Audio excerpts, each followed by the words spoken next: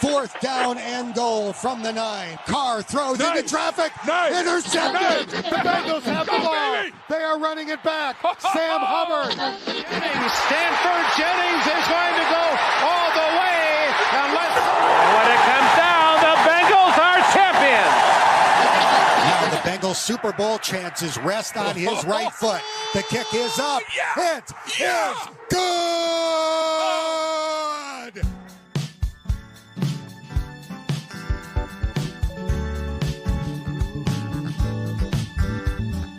Today, Bengal fans, here we gather, talking football back for year 5. We're covering all things Houday Nation. We're glad you joined us here tonight. Special guests, past and present players.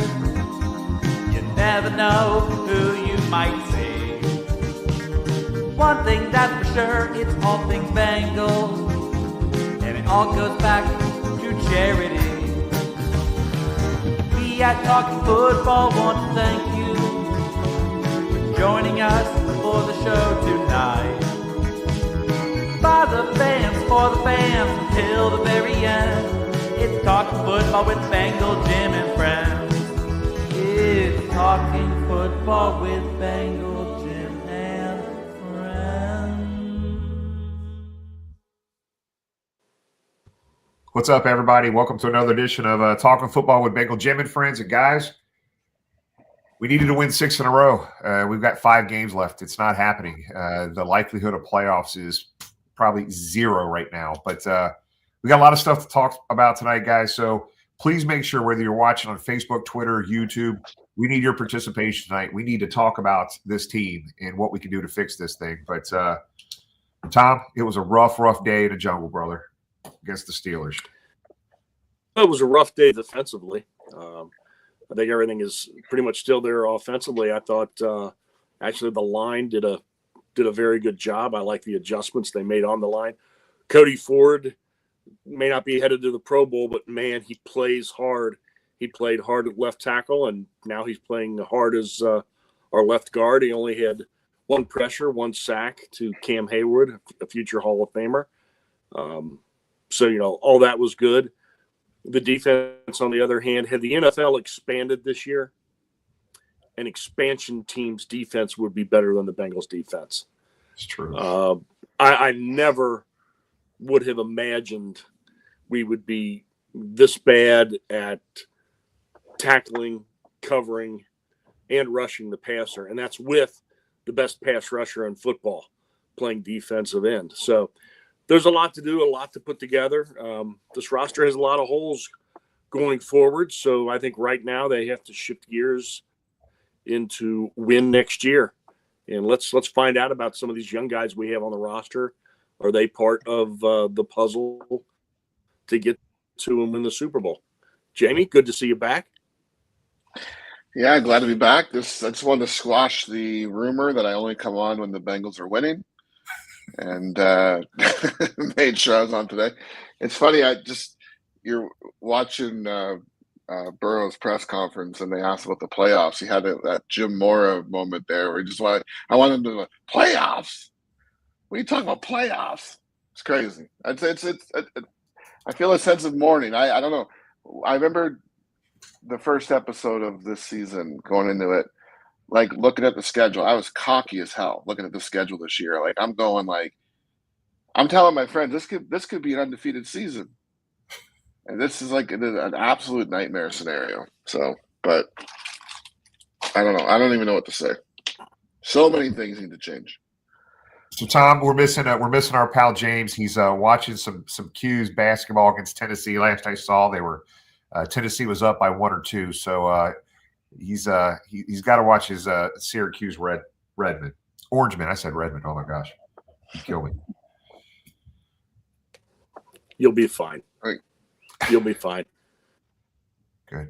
Well, let's get into watching it anyway. So yeah, let's get into this thing, man. So there's no way we fix this damn thing this year, guys. I mean, this team has to be fixed. Slow on defense, missed tackles, people out of place. never would imagine going into this season we'd be the way we are right now. But this has to be fixed through free agency and draft. And they got to nail the draft, guys. And they got to spend a lot of money in free agency to get this thing going in the right direction. And it's on offense, you need some interior offensive linemen, but on defense, man, it's almost wholesale changes, guys. Yeah, they're going to have to blow up the defense and start from the foundation up. Trey Hendrickson is up for an extension.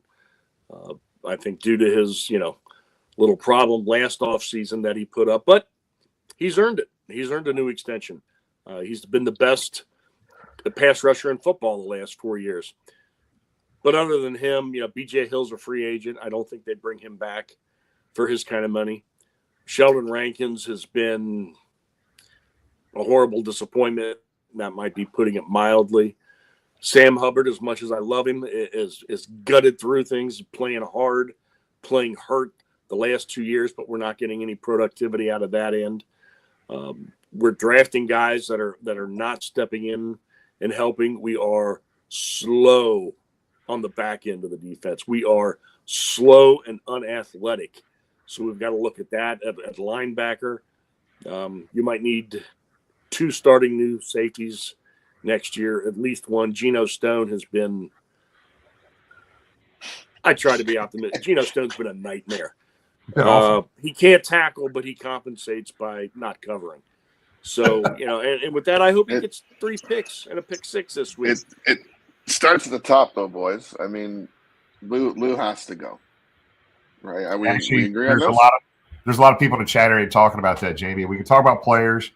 There's got to be some coaching changes. Lou Anarumo was like the hot head coaching on the list last year because his defense was playing so well.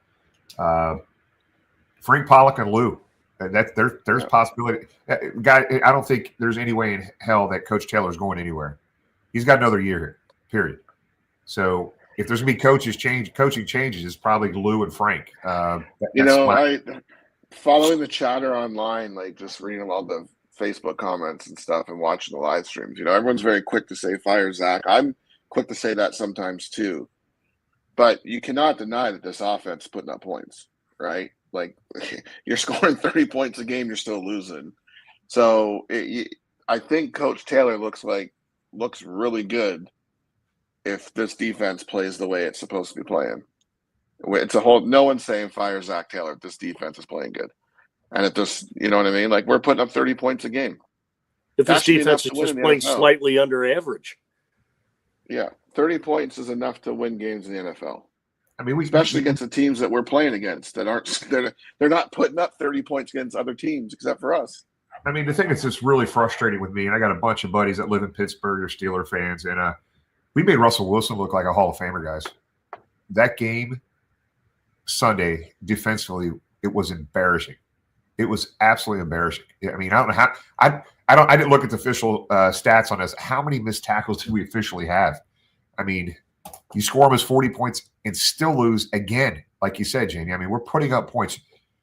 That game Sunday was probably one of the most frustrating games in person I've been to. To make that offense, because that offense wasn't very good. Steelers' offense is not that good. Boy, we made them look good.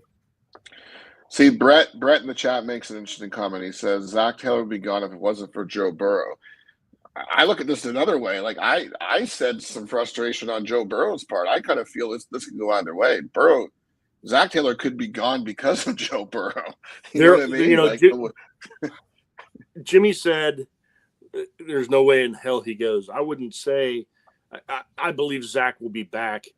I think there's a chance he will not. And there are 2 things that could happen, and that would be at the end of the year. He goes upstairs to have his end-of-the-year chat with Mike and Katie, and he says some things. He says, we won't win unless X, Y, and Z happen. And there's a disagreement as to how the franchise is run.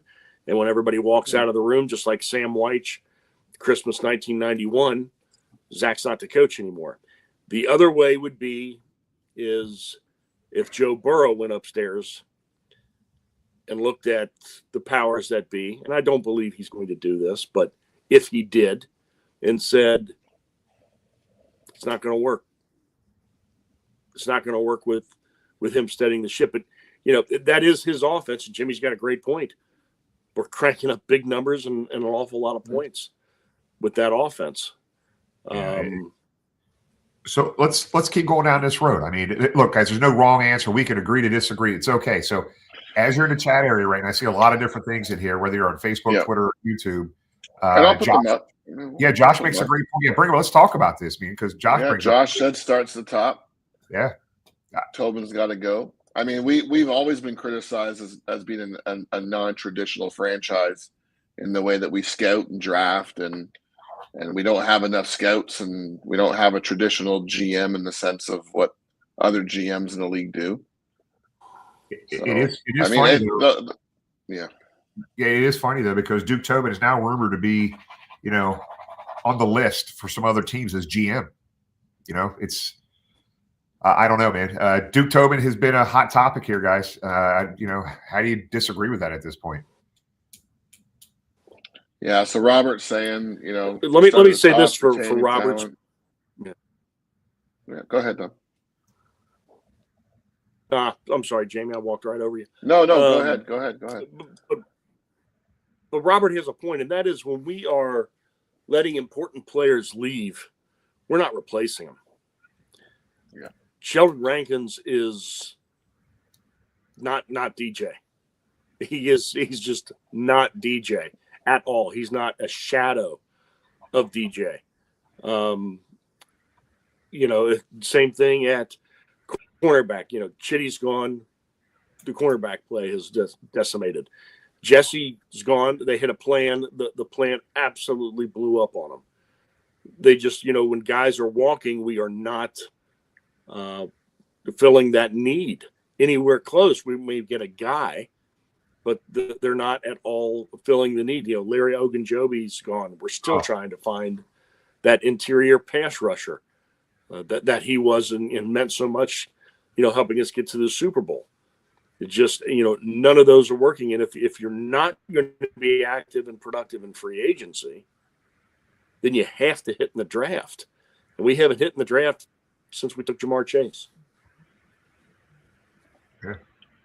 True story. Guys, I'm sorry. I know this sounds like a broken record. We've been talking about this week in and week out. We decided not to have a guest tonight because we just wanted to vent, and Jamie hasn't been with us the past few weeks. So, Jamie, I know you got a lot to say from your perspective too. Yeah, I think, social media is a funny place. There's all types of views online. I think the one thing, knowing Bengal Jim personally, and I know a lot of the super fans online always get accused of, riding the tit a little bit and not being critical of the team, but we can have critical conversations. I mean, we're fans, right? You can still love the team. We defend this team a lot on this show, and I know Jim defends them a lot online on social media because you've been a fan for how long, Jim? How many? You've been through it. You've been through it all.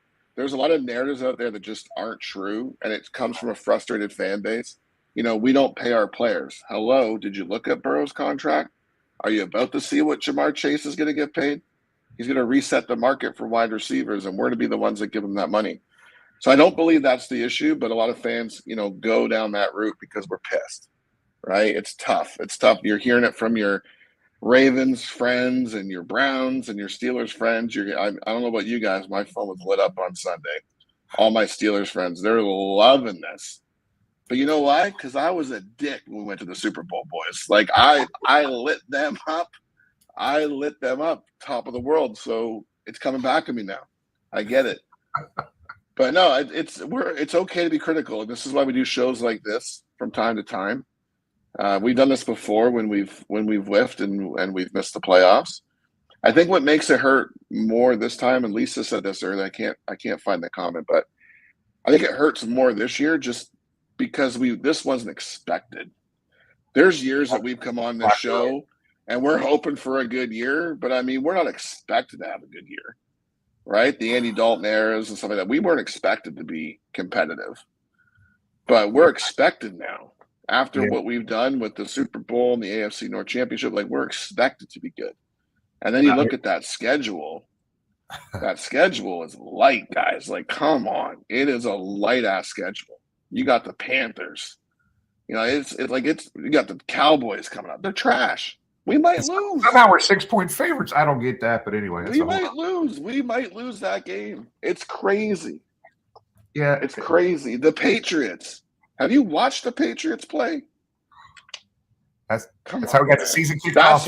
That's why it sucks. That's why it hurts so much. It's like we're supposed to run the table this year, and we didn't. So yeah, I think, hey, Tom, I'd like to be able to hit on this too. So the other thing is Jamie talks about all the things you're hearing and seeing on social media. Hey, look, everybody has a right to their opinion, right? One thing that comes up a lot, Craig. He's right. The Brown family should sell the team. Guys, that is just for clarity. It's just not happening. That is not happening, period. This is the same old narrative that came from the 90s. It's not happening. I have to believe, with staying positive, right? This season's done, guys. It's just absolutely done. But we have to have a hell of a free agency. We have to have a big draft. We have to hope and pray that this front office does everything they can. Every ounce of their being needs to spend money and get the right players in here. And I truly believe that has to happen. You know, I think you're right. I think we'll be having conversations with Joe Burrow, to get his take on this. But I'm telling you, at the end of the day, this front office has got to figure this out. And this may be one of the most important off seasons in Cincinnati Bengal history, guys. It really may be. I mean, we've got Joe Burrow and Jamar Chase in the prime for the next few years for sure, as long as they can stay healthy. We've got the offense, the Mims and Orlando Browns, and I mean all these guys. We've got an offense here. We need to get some interior offensive linemen, but we can't waste this opportunity. This front office can. I don't think they will. They're going to hopefully make the right decisions to get the right players in here because they're going to do it in the offseason. They got to hit on everything: draft, free agency, everything. It has happened before. We've seen it happen before, but it's, the free agency class this year is crap. I mean, they're going to have to be very selective and know guys that can help fit roles because the free agency class this year is crap. And supposedly the college draft class is not the most talented that you're ever going to see. So they're going to have to do what they have not done the last three drafts. They're going to have to hit on guys. They're going to have to replenish this roster. We need, in this last month of December, we need to see what is on this roster. Let's play some of these backups on defense. Trust me, if they're horrible, they can give up 40 points too. Let's play some of these young safeties. Let's play some of these young defensive linemen. Let's play Miles Murphy till the tires fall off this last month. Let's find out what we have. Let's see if we want to re-sign Joseph Asai. Let's find out about all those guys. And the same on offense. They got Cody Ford in there, who's a veteran. I don't know what that means for Cordell Volson. I don't know if that was a rest. I mean, Cordell's a friend of the show and a great guy, and we pull for him. He's a hard worker, but is the jury in? Is that it? They had to do something to stop the bleeding on that interior of the offensive line, but they need two guards. They need at least one linebacker. They need 4 defensive linemen. They need 2 safeties. They need a corner. All in one off season. Exactly. So a lot of comments on him. Scott, it's players plain and simple. 2 years ago, you thought he was coach of the year. You're right. That's what I was just saying. If this defense played up to stuff, there would be zero talk about Zach Taylor. Zero talk about. Go to the Lisa comment there. There will be some unpopular. Let's talk about those guys in the chat area. The hometown guy. We're probably talking about Sam Hubbard. We're probably talking about Von Bell.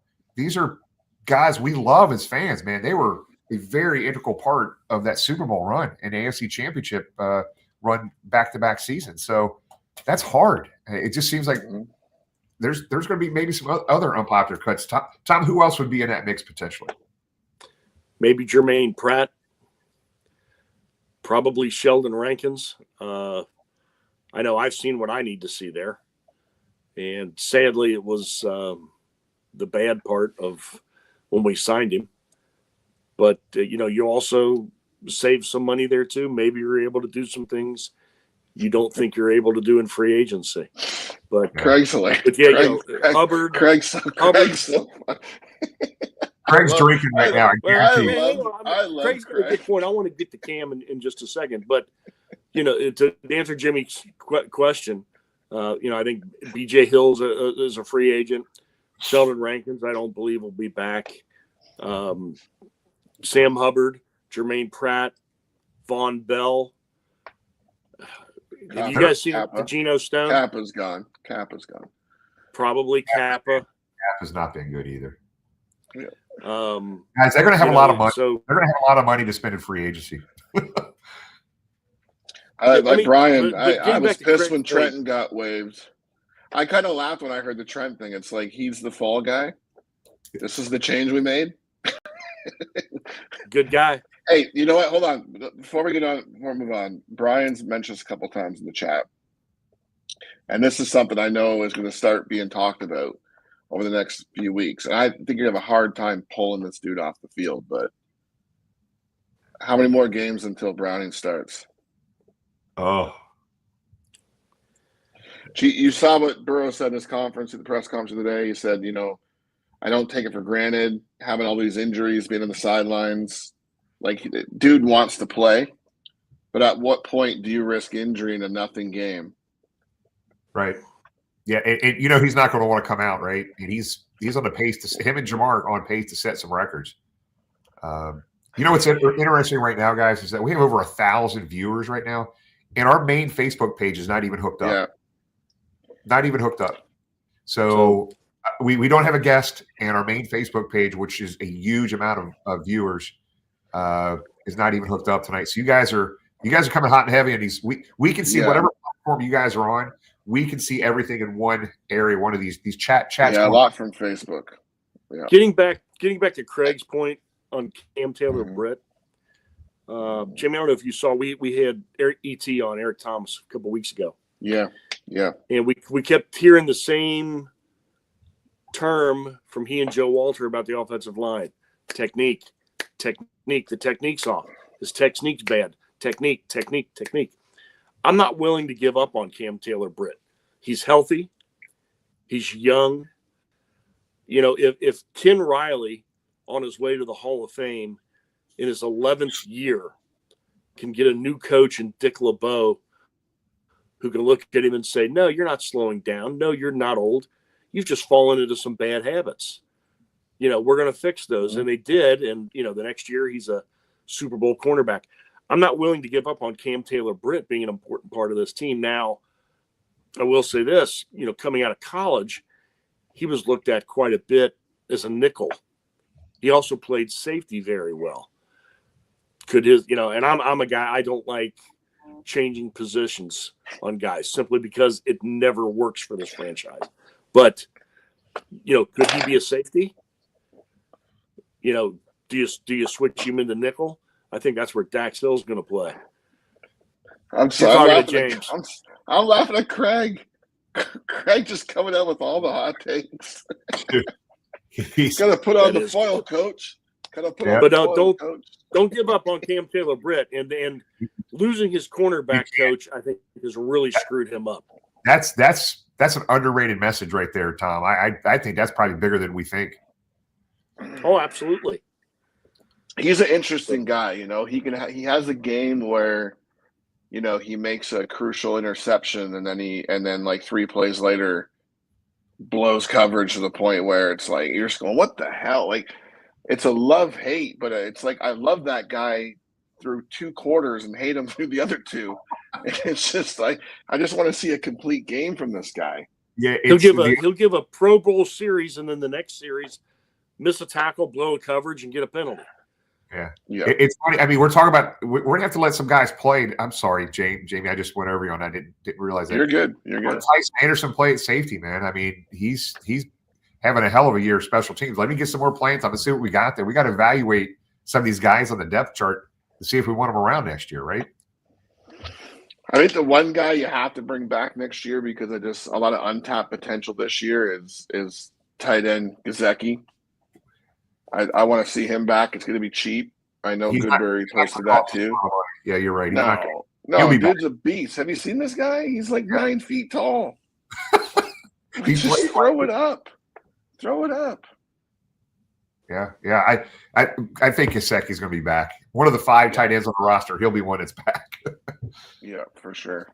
Man, there's a lot of good stuff in the chat area here, guys. Keep going through here. So put it up there. What else we got? Gesicki.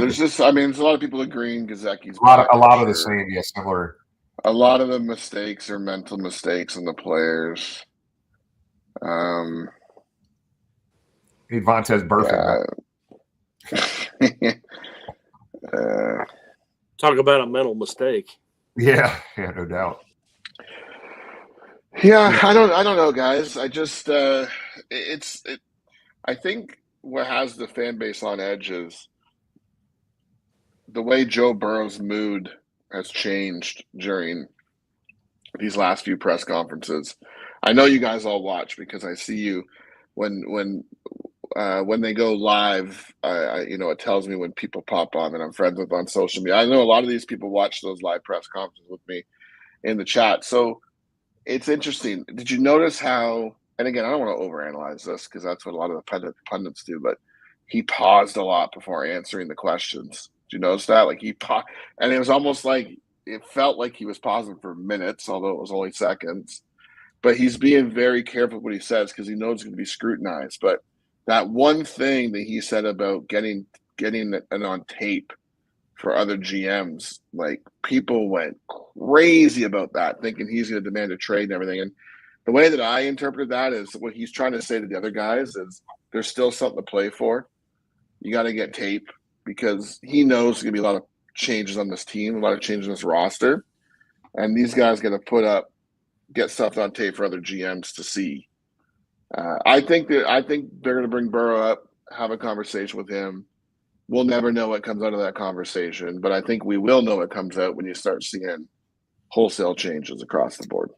Yeah, Tom, can you imagine? I got two things here to add. There's a lot of good stuff going on in the chat area right now. We're going to pull that up here in a minute, guys. Tom, can you imagine social media in the 1990s? I mean, people would have lost their minds back then. But so you're talking about Joe Burrow's press conference, guys. You know where our seats are, where our group sits, and 158 is right by the Bengals tunnel. And as Joe Burrow was walking off the field, kind of nonchalantly, not rushing, just kind of taking his time getting out. I mean, his facial expression was just total frustration. I'm not saying it wasn't a defeated look. It was like he was frustrated. I mean, he was extremely frustrated. The eyes, the face, that he wears his emotions on his sleeves, just like a lot of us do. But I almost pulled my camera out to get that video of that, and I just didn't do it. But man, I tell you what, that hurt me as a fan watching him come off the field like that, because that guy is leaving everything he has on that field. I mean, he didn't play a great game, 300 yards and 3 touchdowns. He had some outstanding plays. He got hit a lot again. Man, it's really hard to watch him. It was really hard watching him come off the field Sunday. So I saw that you highlighted a question here. This is interesting. So, serious question. Do we think Burrow and Zach need to be more fired up like Campbell? Love Burrow, but he's a quiet guy. I think Burrow has a very quiet confidence about him. You guys, did you see the preview for the Hard Knocks that's airing tonight? Did you guys watch the preview? Actually, let's talk about that and get everybody's thoughts on that, because I have something I want to say about that.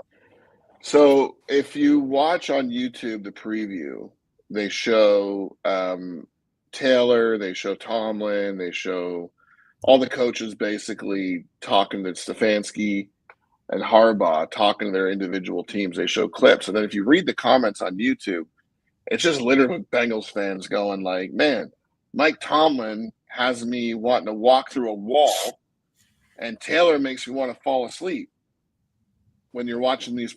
Now, I don't want Scott to accuse me of overanalyzing this video clip here. I'm going to watch the whole thing myself to see, but it's interesting to see behind the scenes, and I'll be curious to see, because I like they picked up this show during this down spell.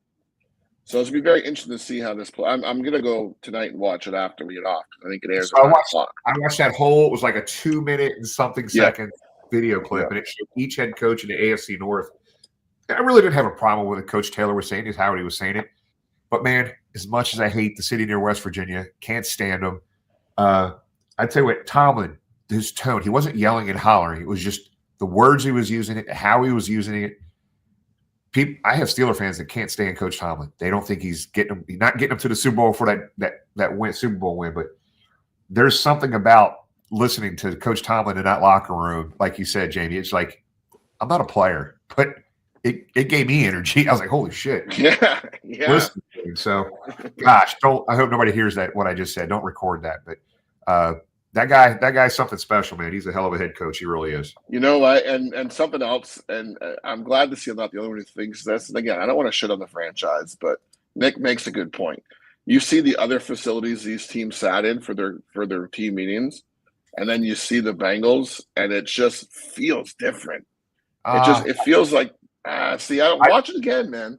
I disagree with that. I've been in different facilities. The Bengals facilities are pretty damn nice. I'm not saying overall they're not good, but just those rooms the teams all met in, it just felt like the Bengals one was like a high school lecture hall, and the other guys were meeting in like, you know, the Ritz-Carlton. It just feels weird, just low energy. I don't know.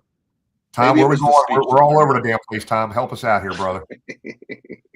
I think the facilities are, 32-1, probably not number one, but they're not bad. And not a problem. I don't have any problem with that now. I know, at some point the Stay Puft Marshmallow indoor practice facility will be replaced with something a bit more permanent and nicer. But other than that, no, I think we're right there, especially with the logistics being right there at the stadium, everything right there. They can go practice on the field they play in a lot of days. So I don't have a problem with that. I was just talking strictly. It's moving forward. We are looking forward. You're right. I know what you're saying, but yeah. Apparently, I'm being a hater tonight. Lisa, he's got a month's worth of frustration pent up, ready to voice. And I'll say this: I'm not hating. I like talking. I'm not hating. Talking to the guys that played for the Bengals in the early '80s and through the late '80s. And one of the things I like to ask him is, two great leaders, two incredibly different personalities, Ken Anderson and Boomer Esiason. Right. Add to that the comparison of Joe Burrow. Joe's not a rah-rah guy. Joe's not a scream-at-you guy. But Joe holds you to account. He is a leader. They feed off him. They feed off him by example, his work ethic, and his talent. Everybody wants to be around him. Guys want to come play with him. So, that to me, that is the most frustrating thing.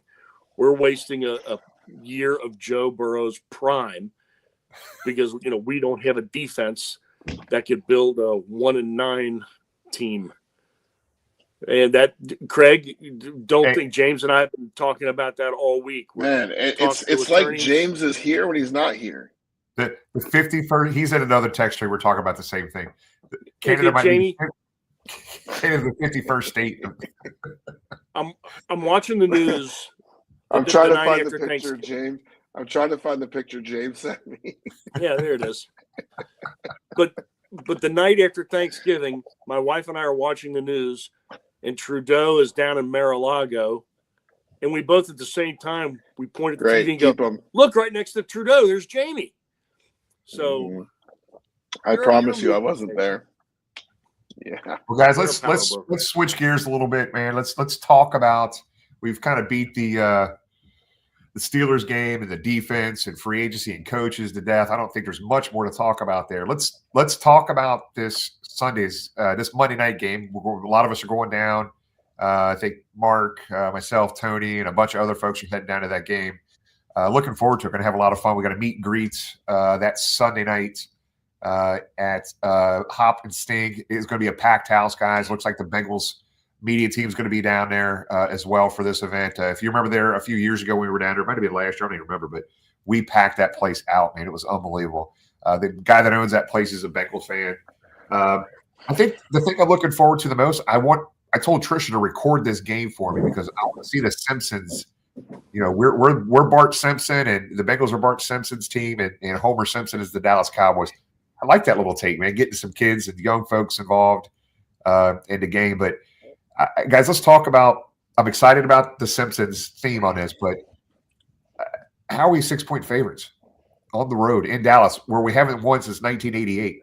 Yeah, but have you seen Dallas this season, though? You seen our defense? Have you seen? Yeah, if you have, we haven't seen our defense yet, Jamie. So, yeah, I know, and I believe. Correct me if I'm wrong, but the last time we played Cooper Rush, it wasn't good for us. I don't think it was good for us. It wasn't. So, I mean, I don't know. You got to get some of these guys, some of these other guys, Charlie Jones, Tyson Anderson. You got to get some playing time for some of these guys, man, to see what we got because I just hope Joe Burrow and Jamar Chase can continue to put up these numbers. Boy, if that happens, Jordan, if the Bengals put up 60 points and lose 63-60, good grief. So, I mean, Tom, what are you looking for this Monday night against the Cowboys? This is one of the games I was most excited about before the year started. I'm still excited to go down. We're gonna have some fun, but this game really doesn't mean much. Draft order is what we're talking about. Forget everything else, and we get to watch our team play against America's team, NFL royalty. We're playing them Monday night because they're the Dallas Cowboys. We weren't flexed out of Monday night because they're the Dallas Cowboys and this Simpsons thing that whatever. I'm not going to watch it, but it's good to cultivate the next generation of NFL fans. So it's a good thing, but I'm not going to partake of it. But no, I want to see the young guys. Nothing against Ted Karras. He's a starter. He's going to be back next year. But I'd like to see Mike Lee before the season ends. I'd like to see how he does. We already have Cody Ford in at left guard. Let's see some of these young tight ends we have. I want to know why certain guys are regressing, not progressing. Why is Yoshivash not better than he was last year?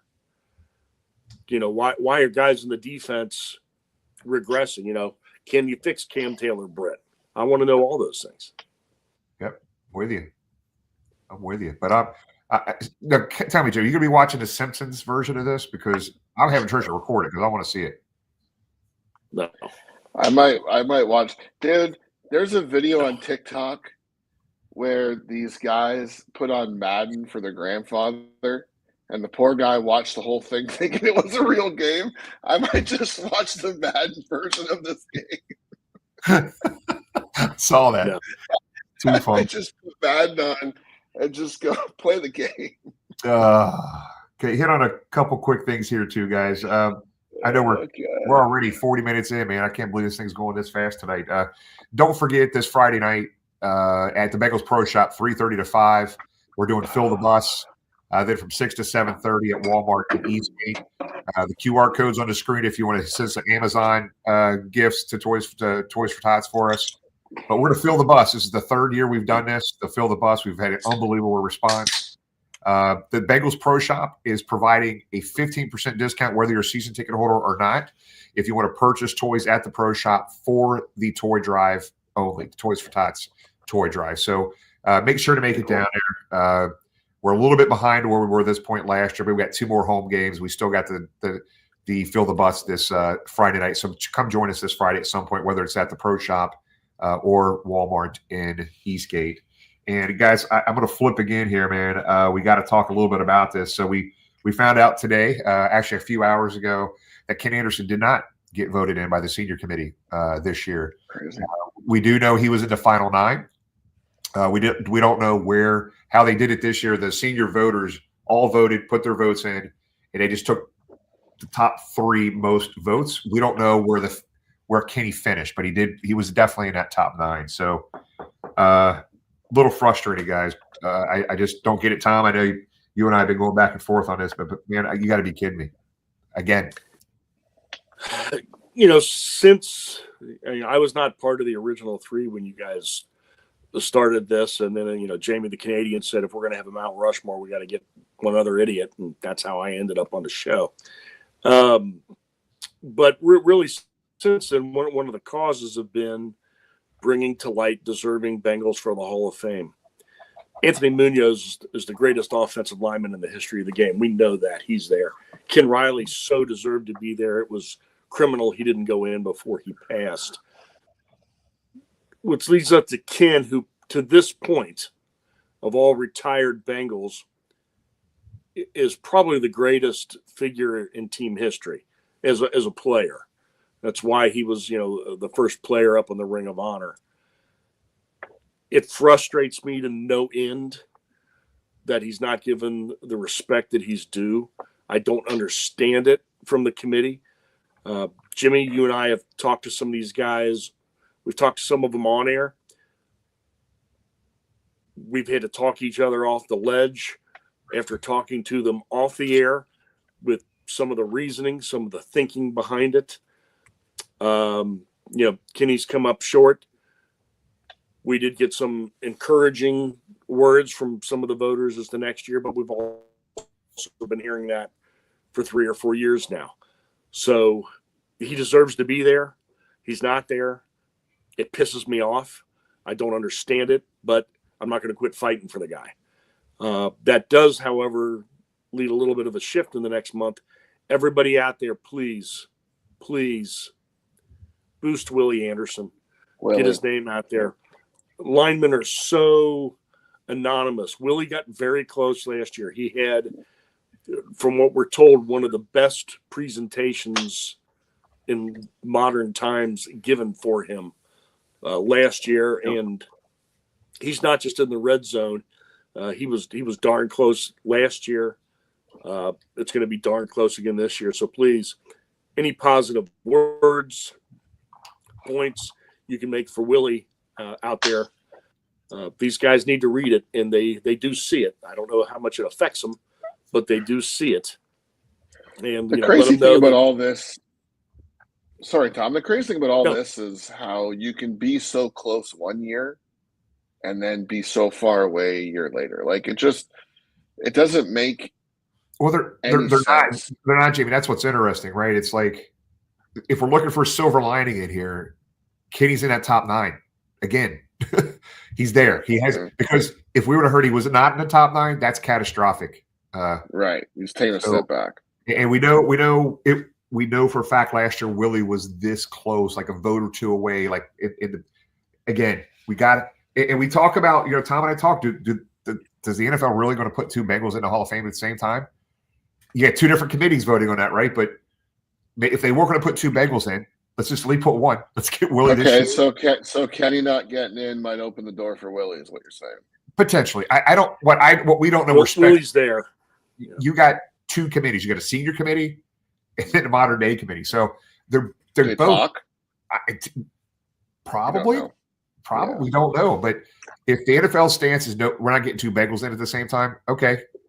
That means Willie's got to go in this year. Right. He was so close last year, so close. One of the positives, though, for Kenny, and I almost felt like a little crumb one of the voters threw out there today, and that was he's the only guy that has been a finalist the last 4 years in the senior pool. Right. He's the only one. All the other ones have either dropped off or gone in, but he's been there. So, we'll fight for Willie these next, almost 2 months. Yeah. And, and then when we find out about Willie, we'll find out if we're slugging it out for 2 guys next year or just one guy named Anderson. Yeah. Because, Tom, you make a great point. We could be frustrated. That doesn't mean we can't be upset and frustrated. But whatever, we just got to keep moving forward. We got to keep plowing through this. We got to keep pushing through. It's going to happen. It's going to happen with the help, not solely, but the help of everybody that's watching right now. It really is, and all the fans out there. So Bengals Nation's asking me if I'm drinking Bud Select. It is Jack and Cokes. We received no sponsorship from Jack Daniels, but if you're watching and you work for Jack Daniels, reach out. I like that. I like that, James. Comfort. It's comfort. It's comfort juice. We all need that. We need something right now. Need something. Yeah. Hall of Fame without Kenny's like the Rock and Roll Hall of Fame without Sticks. Illegitimate. Who is Sticks? Oh, what? Lisa. Who Sticks? So late 70s, early 80s rock band. I know. Don't be laughing, Mr. I've heard of him. He knows. Mr. Hip Hop, you'll be down two-stepping Sunday night. Somebody's going to get it on video. It is funny. I got my 80s hip hop, 80s and 90s. It's all the rappers from mid 80s to the early 90s hip hop shirt on. If you wear that down there, you'll get the living shit beat out of you. Man, my internet's gone down twice in all of the years of doing this show, and I still get hounded for having shitty internet. It's the things people remember, Jamie. It's American supply. That's why. Oh, Craig says shouldn't he be on Canadian Club? Yeah, he's got a point. Dude, I'm American. I'm practicing to be American. Apparently, that's happening soon. We have to get Craig back on. It's been too long not having Craig on. Tonight would have been a great episode to have Craig on. He is, you know how we have the third down guy and all these different jerseys stuff. Bengal Van Mark, everybody has these different jerseys. We're making a jersey for Craig. It's Bengal Boo guy. Bengal Boo guy. Yeah, that was a great video, by the way. Video, by the way. His, I think Tony took one of those videos. Somebody else took the other one, but I have to sit right in front of him. And let me tell you, that videos that you saw today on social media do no justice to how loud he is. When the referees are like looking back, who the hell's doing it? They can hear Craig from like the 10-yard line out there on the field. So the Bengal Boo guy is the next. I say we get Craig on. Craig, if you're the 2-minute boo warning. All right. Let's get Craig on next week, live from the how's patio. his four-legged child? Oh man, he had to get a babysitter for the dog. His brother had to watch his dog while he was out of town in Florida on vacation this past week. So Bruce, his brother, was telling me about how spoiled that dog is. It was a pain in the ass for him. That dog is great. I went to Craig's house to pick something up when I was down there. And it's funny, the dog, he respects the gate because that dog can jump 10 feet over that gate. But he respects the gate. He respects the gate. All right, we doing 2-minute warning soon? Yeah, let's go ahead. Let's go ahead and do the 2-minute warning. All right. We don't playing a video for it? Or we don't have to. We don't have to do one. We don't have to do one. Jamie, go ahead. This is the 2-minute warning. Yeah, this is the 2-minute warning. Go ahead, Jamie. Get us kicked off. I don't know, guys. I mean, it sucks. Like I said earlier in the show, I looked at the schedule at the start of the year and I was very cocky. Thought for sure this was going to be the year that we go all the way. And it's not good. We want to see some changes, obviously. I agree a lot with what you guys are saying, Jimmy and Tom. Like, I think Zach Taylor stays. I think Lou's gone. I think Frank's gone. I think there's going to be a lot of player changes as well. It is hard to watch. I mean, I know you guys travel and do the tailgates and have fun, and there's motivation to go and do that. But we're still going to watch the games. But it does take a lot away to watch the games knowing you're not playing for anything. So I agree with Tom. I want to see some of these young guys come in. I want to see what these guys got so we can start thinking about next season and who's strong at what position. Yeah, I don't know, man. It just sucks. It just sucks, but you know, it's our team and we've been here before and hopefully we won't be here again. But just next year, man, I hope what's my thing say? There's always next year. That's right. There's always next year. I'm gonna get that tattooed underneath my Bengals logo. Just there's always next year. So that might be my first tattoo, Jamie. I don't know. Right. Tramp stamp? Yeah, exactly. Next year has already started, unfortunately, and started too soon. When you're worried about next year before Christmas in the NFL, that's not good. Brian, I agree, but the FCC said no. We'll try and remark it, but just in case, Jim Harbaugh would have won it this year again. So, but not Jim, his asshole brother, but nonetheless, yeah, it's frustrating. There were expectations. We all thought there was a healthy chance the Bengals were headed to New Orleans. Didn't happen, and now we've got a lot of holes and maybe even more to follow up with. You're going to lose probably Mike Hilton and his leadership on defense. We mentioned everything they need, the personnel they need on defense, and it is massive. But still, priority number one is protecting Joe Burrow. So we've got to get some guards in here. If we were a bank, we'd have been robbed because of our guard play. So I'm not giving up. There's a lot to cheer for, a lot to feel good about this team, our quarterback and so forth. I think he's down, but I think he's a competitor and he wants and expects to win, and it pisses him off. But he'll be back. He's the right guy to lead us out of this. He led us out of this once and was a quarter of a second of getting us a Super Bowl win. And I think he's the guy to lead us there again. But we need to listen to him and respect him. And they'll be back. But we've got to have a near perfect offseason to compensate for the last three very bad off seasons. Jim? Right. Yeah, with you. Jim, could I just say something before you do yours, if you don't mind? I want to shout out Lisa. Like, we've been talking the whole night about how the season's over, and she's been peppering comments all night how it's not over.